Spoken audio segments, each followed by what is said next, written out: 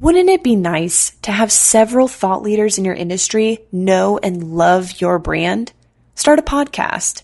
Invite your industry's thought leaders to be guests on your show, and start reaping the benefits of having a network full of industry influencers. Learn more at sweetfishmedia.com. You're listening to the B2B Growth Show, a podcast dedicated to helping B2B executives achieve explosive growth. Whether you're looking for techniques and strategies or tools and resources, you've come to the right place. I'm Jonathan Green. And I'm James Carberry. Let's get into the show. Welcome back to the B2B Growth Show. We are here today with David Fisher. He is the author of Hyperconnected Selling. David, how you doing today? I am living the dream. Sorry to steal that from you, but I'm in that club too. I am in that club as well, David. I'm really excited to chat with you today. I heard you on Drew's podcast, I guess a couple weeks ago, and I'm a huge fan of his podcast for agency owners. And excited to dive into our own little interview talking about your latest book, Hyperconnected Selling. Before we get into it, can you tell our listeners, David, a little bit about your background and what made you want to write Hyperconnected Selling? Sure. I run a professional development firm called Rockstar Consulting. I've been doing that for about 12 years, working with entrepreneurs and small business owners and salespeople. And this is actually my 7th book. And I've always written about relationship building and networking, and it was a very natural progression to look at how relationships are being built in this highly connected world. And it was very obvious that people needed to look more closely at how they can actually take the tools of human relationships in the offline world, port them into the online world, and be more effective and be more efficient with what they were doing. So that was kind of the genesis of the book. I love it. And the fact that you've written 7 books, man, I've been having a bear of a time trying to get one out of me. It's like a marathon. You write one and you're like, this is horrible. But then you get finished, you're like, I could do it again. You are a glutton for punishment, William. Pretty much.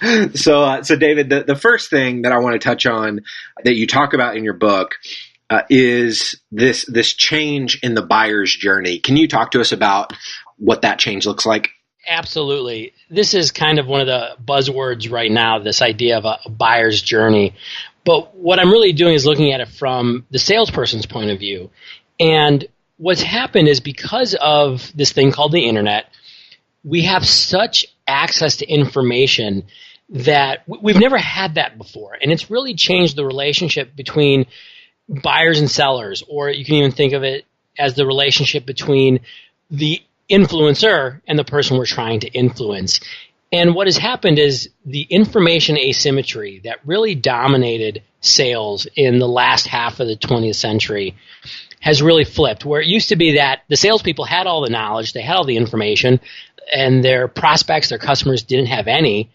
Now, a buyer can go to their smartphone and basically get any information they want. And what this parity has really created, and in fact, I don't know if it's parity anymore, I think that our buyers actually even have more control over the process than we do as salespeople and marketers and professionals who are trying to influence others, that we have to just reconfigure how we're going to provide value. No longer can we call and say, hey, I've got this new white paper. I'd love a half an hour of your time to go over it. Yeah. We have to assume that the people that we're talking to have information, they have the knowledge, and so we have to be able to get in there and provide value in a different way to help them actually use that information.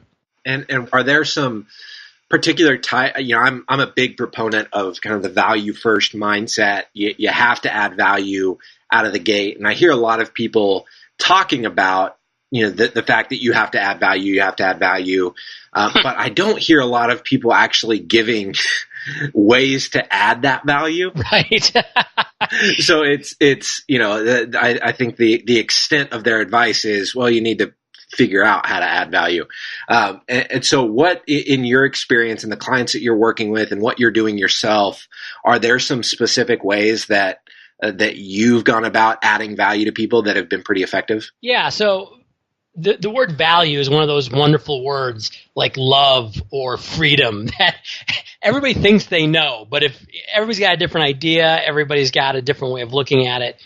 For me, the idea of building value in this new environment is actually about helping people process the information that they do have into a form that allows them to make more effective decisions, faster decisions, or better decisions. Okay. So, for example, one of the things when you talk about this idea of building value for a prospect, instead of saying, I have information for you, it's, you have all this information. I have some expertise that will help you translate that. An example I use in the book is with real estate, right? Most people could probably get all the information they possibly could want if they were going to buy a house in an area. Yeah. But you still need a knowledgeable agent from that area to be able to help you not only navigate all the ins and outs of the home buying process, but they can also say, well, you actually don't want to be in that neighborhood because you say you have young kids and the school district line is actually, 1 block away and you're not going to send the kids to the school that you want to. The people that have that expertise, I think the idea of expertise is going to become more and more important, but it's not just something we can BS anymore. We actually have to be able to work with our prospects, our clients, and help them make better decisions. Because if we can't, they don't need us and we're irrelevant. So this next part of the book that we're going to talk about, David, is becoming a sales Sherpa. What's that mean? Well, that for me is how you encapsulate this new idea of guiding our prospects and customers. If you think about what a sales Sherpa or what a Sherpa is, it's this idea of somebody who guides the climber up the mountain. Everybody knows what the end goal is to get to the top of the mountain. The Sherpa is the person who's done it before, who is an expert in the mountain, who knows the ins and outs, the cracks, the crevices, the places to be aware that there might be danger popping up, and who takes that climber and says, let me take you there. In the same way, for us to be a sales Sherpa, it's really, how do I develop, not only the expertise in my area, but then build a relationship with that prospect or customer over time so that I am the person they trust to take them up the mountain, so to speak, to that end goal. And so a big thing here is that it's also not as transactional as it used to be. It really is relational. It's about starting that relationship with a prospect or customer, maybe before they even know that they're going to be a customer someday. And so that's another thing that I find myself talking a lot about, David, the idea of, particularly in a B2B context, which the folks listening to this are all inside of a B2B context.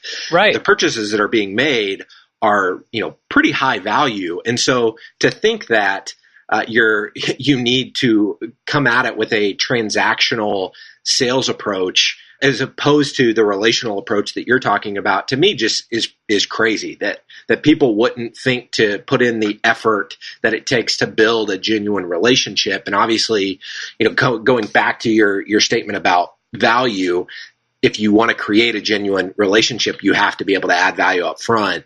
And, we've done that. We obviously have this podcast that we can offer to say, hey, we want to feature you on our podcast. I've got a column that I write for in the Huffington Post that we offer to say, hey, I want to feature you on our Huffington Post column. Are there other things that you found that are effective at kind of building that relationship from the start, even if it is maybe not related specifically to the product or service?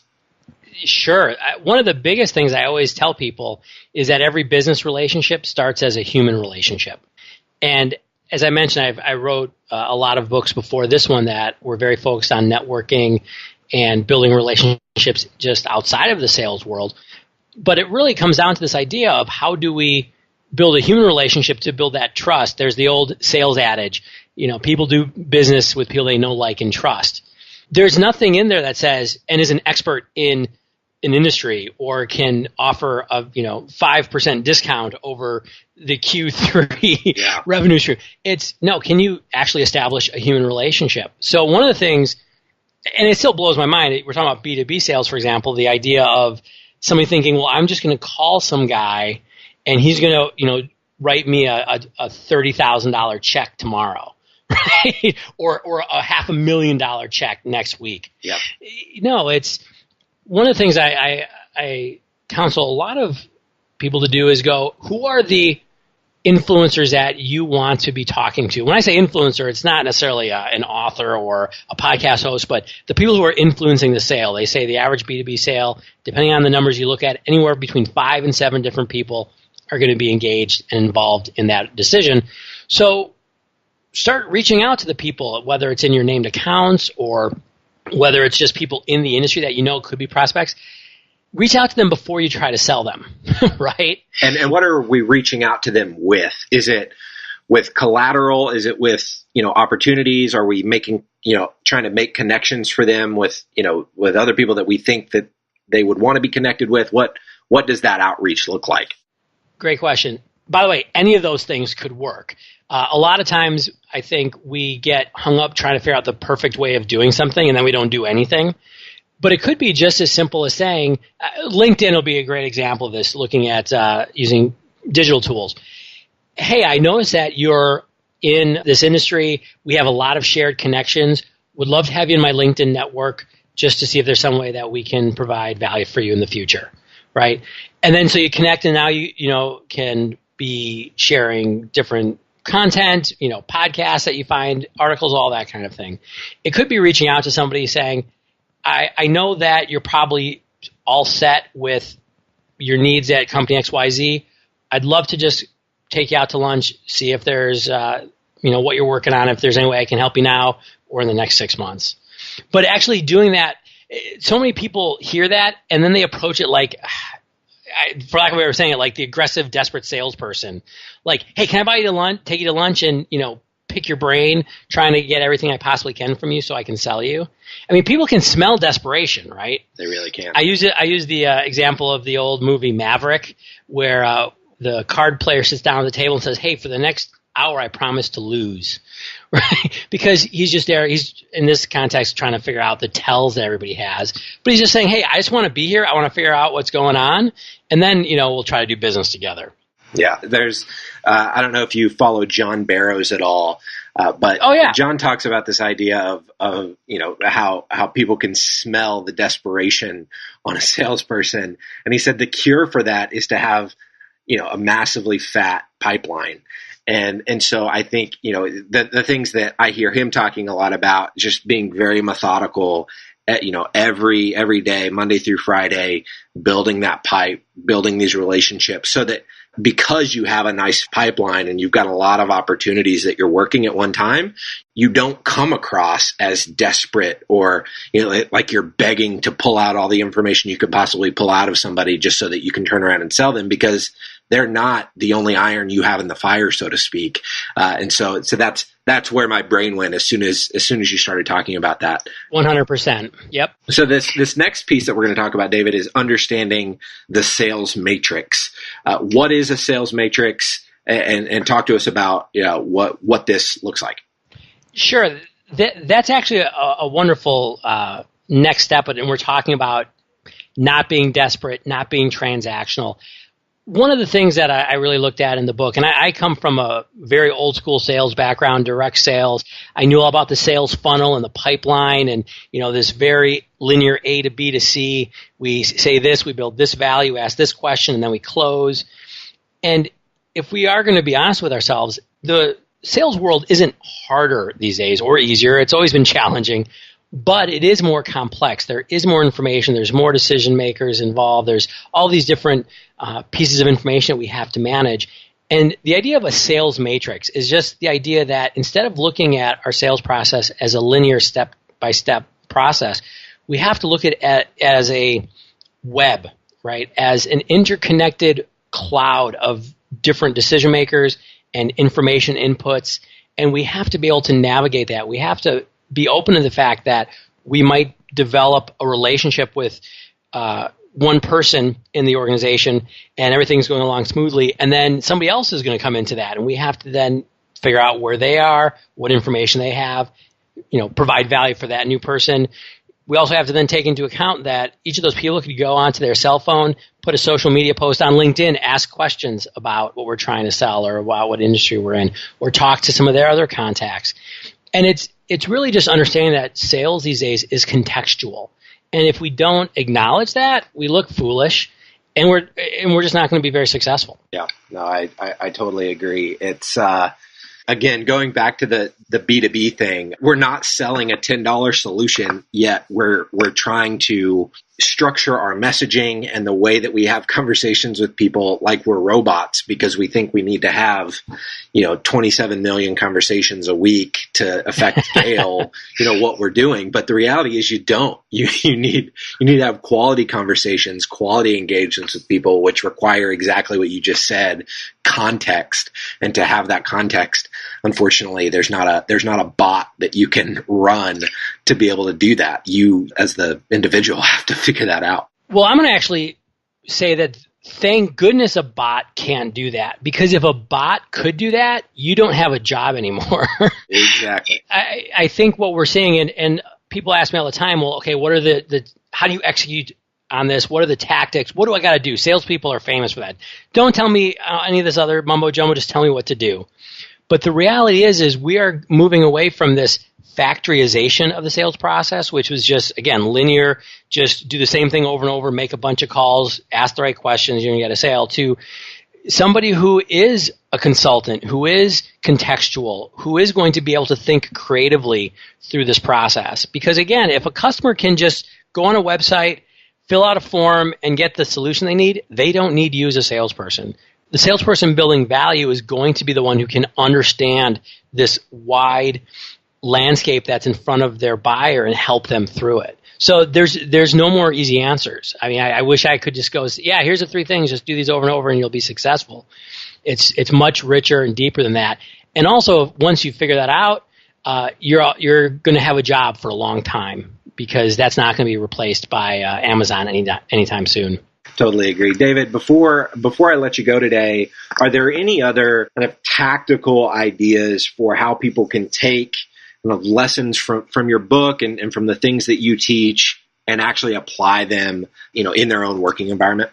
Sure. After I told you there's no easy answers, you want easy answers. There are a couple quick things I can suggest to people. The first is actually something you touched on. Have regular, consistent relationship building practices built into your schedule.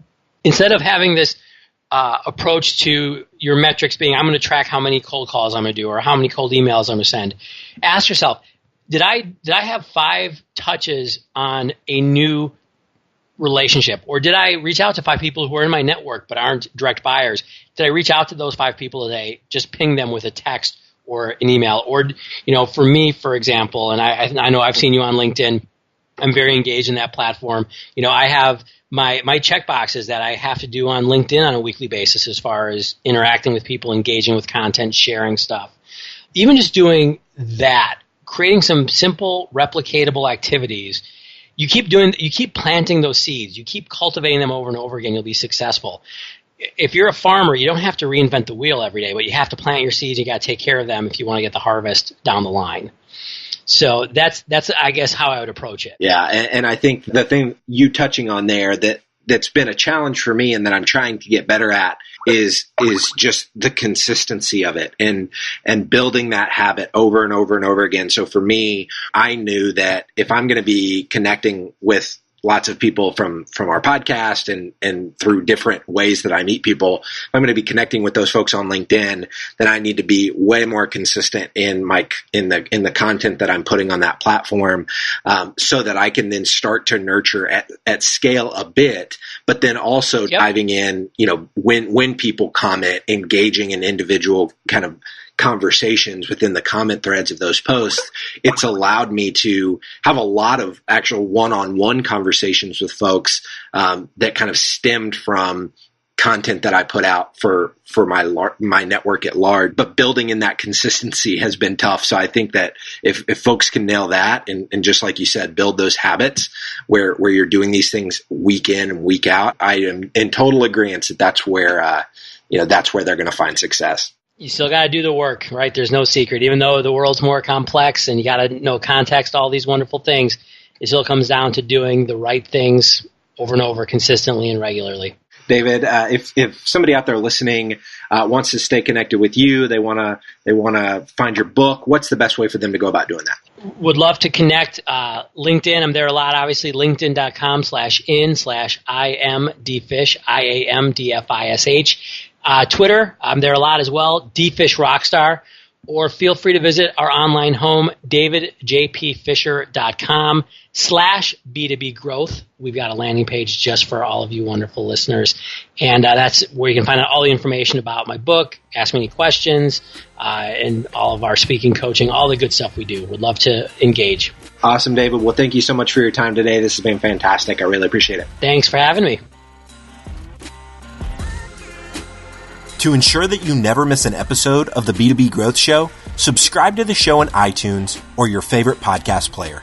This guarantees that every episode will get delivered directly to your device. If you or someone you know would be an incredible guest for the B2B Growth Show, email me at jonathan@sweetfishmedia.com and let us know. We love connecting with B2B executives, and we love sharing their wisdom and perspective with our audience. Thank you so much for listening. Until next time.